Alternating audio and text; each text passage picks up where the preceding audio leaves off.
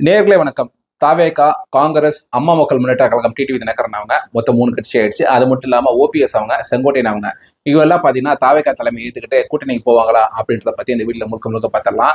முதல் விஷயம் என்ன அப்படின்னா டிடிவி தினகரன் ஃபர்ஸ்ட் அவங்களை பாத்திரலாம். ஸோ டிடிவி தினகரன் அவங்களுக்கும் செங்கோட்டையன் அவங்களுக்கும் ஓபிஎஸ் அவங்களுக்கும் பாத்தீங்கன்னா இப்போ என்ன நோக்கமா இருக்கு அப்படின்னா செங்கோட்டையன் அவங்க பத்தி கடைசியா ஒரு டீட்டெயிலான வீடியோ போட்டுதான் அவங்க எப்படி எல்லாம் வளர்ந்து வந்தாங்க, எதனால இப்ப முரண்பாடு பட்டிருக்காங்க அப்படின்னு டீட்டெயில வீடியோ போட்டு செக் அவுட் பண்ணி பாருங்க. ஸோ எப்படியும் முரண்பாடு பட்டுறாங்க. இபிஎஸ் அவங்ககிட்ட ரொம்ப முரண்ல இருக்காங்க. ஓபிஎஸ் அவங்களும் சரி, டிடிவி தினகரன் அவங்களும் சரி, இவங்களோட ஒரே ஒரு நோக்கம் என்னவா இருக்கு அப்படின்னா இபிஎஸ் அவங்க முதலமைச்சர் ஆயிடக்கூடாது அப்படின்ற மாதிரி சொல்றாங்க. ஸோ இப்போ ஓபிஎஸ் அவங்க பாத்தீங்கன்னா சவுக்கு சங்கர் என்ன சொன்னாங்கன்னா திமுக போய் நினைச்சிருவாங்க, திமுக துரைமுருகன் அவங்களுக்கு கீழே இணை பொதுச் செயலாளர் அப்படின்னு சொல்லிட்டு போஸ்டிங் கொடுப்பாங்கன்ற மாதிரி சொல்றாங்க. ஆனா இருந்தாலுமே கூட திமுக போனாங்க அப்படின்றது ஒரு ஒரு ரொம்ப நெருடல் அவங்களுக்கு இருக்கும். அதுக்குதான் அந்த திமுக போறதுக்கு ஒரு முதல் கட்டமாக தான் பார்த்தீங்கன்னா போன என்ன ரியாக்ஷன்லாம் வரும் அப்படின்றதுக்கு அவரோட ரொம்ப க்ளோஸ் அசோசியேட்டாக இருக்கக்கூடிய பாண்டியன் அவங்களை அமைச்சிருக்காங்க அப்படின்றத பார்த்தோம். மனோஜ் பாண்டியன் அவங்க அமைச்சிருந்தாங்க. ஸோ பார்த்தீங்கன்னா அது போயிட்டு அந்த ரியாக்ஷன் அப்படின்றது ஒன்றும் பெரிய அளவில் ஒன்றும் பெருசாக இல்லை. ஸோ அது மனோஜ் பாண்டியன் அவங்க பார்த்தீங்கன்னா இந்த போன இணைச்சதுக்கு அப்புறம் தான் நிறைய பேருக்கு தமிழ்நாடு முழுக்க அந்த ஒரு நியூஸ் வந்ததுக்கு அப்புறம் இப்படி ஒரு எம்எல்ஏ இருக்காங்க அப்படின்னு சொல்லி தெரிஞ்சது. ஆனால் ஓபிஎஸ் அப்படின்றவங்க பார்த்தீங்கன்னா தமிழ்நாடு முழுக்க ஒரு நோன் ஃபேஸ் தான். ஒரு 2010க்கு முன்னாடி பிறந்தவங்க எல்லாருமே அது ஒரு நோன் ஃபேஸ் தான். ஏன்னா 2019, 20, 21 டயத்துல பார்த்தீங்கன்னா 10-11 வயசுல இருக்கவங்களாம் பார்த்தீங்கன்னா ஏன்னா சிஎம், டெப்டி சிஎம் அப்படின்னு சொல்லிட்டு இந்த டிவியில பார்த்துட்டு இருப்பாங்க. எல்லாருக்குமே தெரிஞ்ச ஃபேஸ் தான். அவங்க 3 பேருக்கும் டிஎம்கேக்கு போவாங்களா அப்படின்னா கொஞ்சம் கஷ்டமான விஷயம் தான். இப்ப அம்மா மக்கள் முன்னேற்ற கழகம் கட்சியில இவங்க 2 பேர் இணைஞ்சுமே டிஎம்கேக்கு போவாங்களா அப்படின்னா ஏற்கனவே பாத்தீங்கன்னா டிஎம்கேல அந்த கூட்டணியில 234 தொகுதியில 170 தொகுதி கிட்ட தான் டிஎம்கே போட்டி போடுறாங்க. ஸோ ஏற்கனவே பாத்தீங்கன்னா உள்ள கூட்டணி கட்சிகளே பாத்தீங்கன்னா ஒரு பலமான கூட்டணி அப்படின்னு சொல்லிட்டு பேர் இருக்கிறதுனால அந்த கூட்டணி கட்சிகள் பாத்தீங்கன்னா இன்னும் கொஞ்சம் சீட் ஜாஸ்தியா கேட்கறாங்க.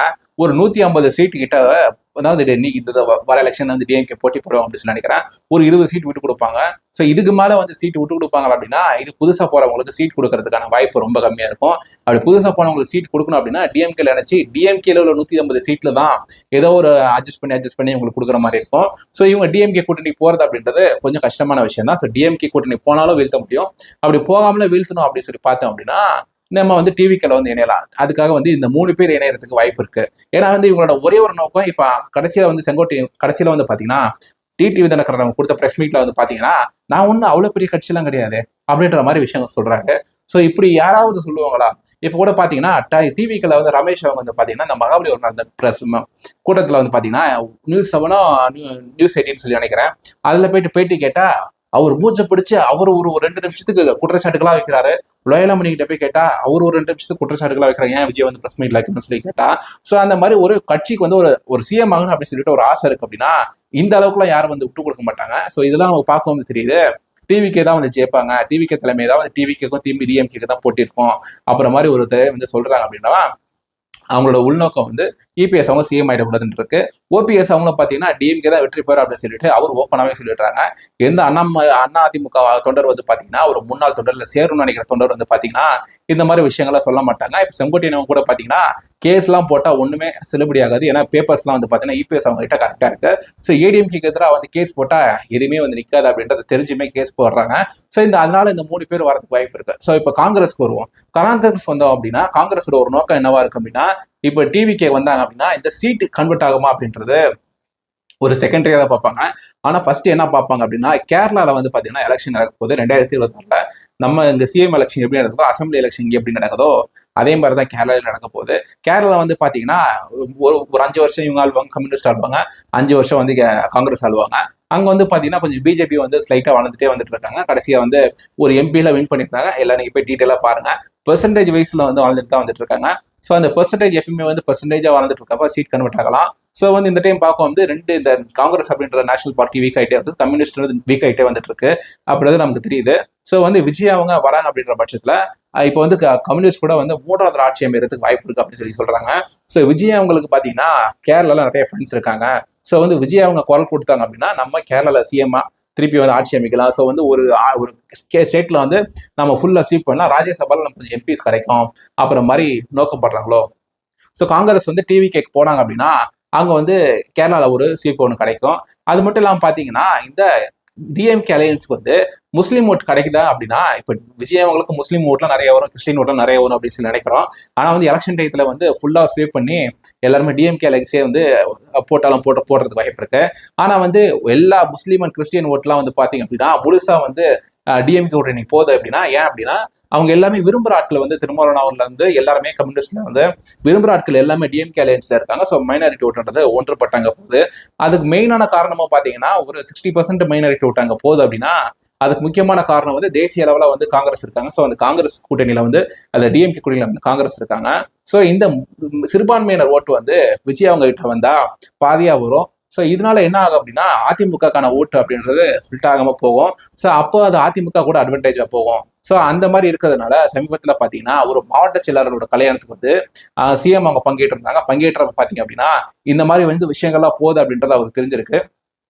கேரளா ஆட்சி அமைச்சர்லாம் இங்கே வந்து ஒரு 2-3 எம்எல்ஏ சீட்டு தான் கிடைக்கும். 2026 வந்து விஜய் அவங்களோட கூட்டணி வச்சுட்டு காங்கிரஸ்ல வந்து சிஎம் ஆயிடலாம், காங்கிரஸ் வந்து அசம்பிளி எலெக்ஷன் வின் பண்ணிடலாம், அதுக்கப்புறம் 29 வந்து திரும்பி வந்துடலாம் அப்படின்ற மாதிரி நினைச்சிட்டு போயிட்டு இருக்காங்க அப்படின்ற மாதிரி பேச்சுக்கெல்லாம் அவருக்கு தெரியறதுனாலதான் வந்து பாத்தீங்கன்னா இந்த காங்கிரஸோட ஒரு மாவட்ட செயலாளர் கல்யாணத்துக்கு போயிட்டு பங்கேற்கிறாங்க சிஎம் அவங்க பங்கேற்றது.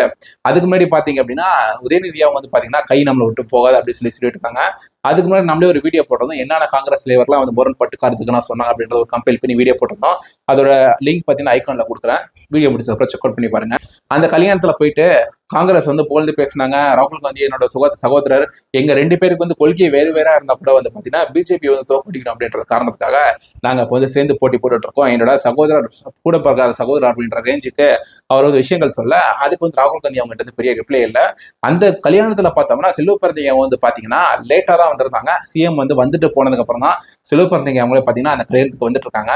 ஸோ வந்து காங்கிரஸ்ல இதுக்கு முன்னாடி அந்த மாதிரி நடைமுறைகள்லாம் கிடையாது. ஒரு சிஎம் இல்ல ஏதோ ஒரு கூட்டணி கட்சியில இருக்க ஒரு திமுக கட்சியில வந்து வந்தாங்க அப்படின்னா கூட வந்து பாத்தீங்கன்னா எதிர்கட்சியா இருக்க கூட வந்து பாத்தீங்கன்னா இந்த மாதிரி காங்கிரஸ்ல ஏதாவது ஒரு ஃபங்க்ஷன் வந்தாங்கன்னா அந்த ஃபங்க்ஷன்ல வந்து இந்த மாநில தலைவர் இருப்பாங்க, மாவட்ட தலைவர்கள் எல்லாருமே இருப்பாங்க, எல்லாம் வந்து கை கொடுத்துட்டு போவாங்க.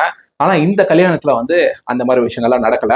ஸோ வந்து காங்கிரஸும் வரதுக்கான வாய்ப்பு இருக்கு. அவங்க வந்தாங்க அப்படின்னா தமிழ்நாட்டில் அவங்களுக்கு கிடைக்கக்கூடிய எம்எல்ஏஸ் வந்து கிடைக்காம போறதுக்கு வாய்ப்பு இருக்கு. அவங்க வந்து கேரளால வந்து இந்த மாதிரி எம்எல்ஏஸ் கிடைக்கிறதுக்கு வாய்ப்பு இருக்கு.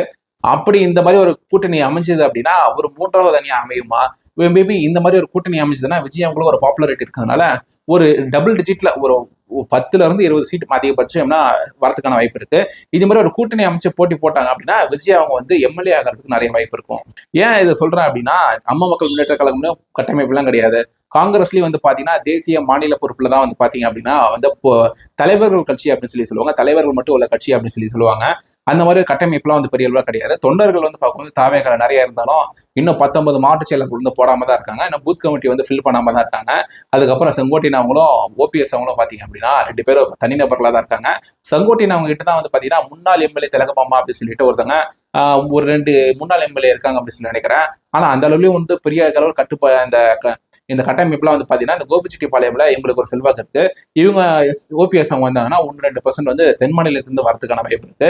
விஜய் அவங்க வந்து ஒரு 10% போறாங்கன்னா ஓபிஎஸ் அவங்க வரதுனால ஒரு 2% கூடுறதுக்கு வாய்ப்பு இருக்கு. ஸோ மக்களாகி நீங்க இதை பத்தி என்ன நினைக்கிறீங்க? கூட்டணி அமையுமா அமையாதா அப்படின்றத பத்திலாம் கீழே கமெண்ட்ல சொல்லுங்க. இன்னொரு வீடியோல பார்ப்போம். பை.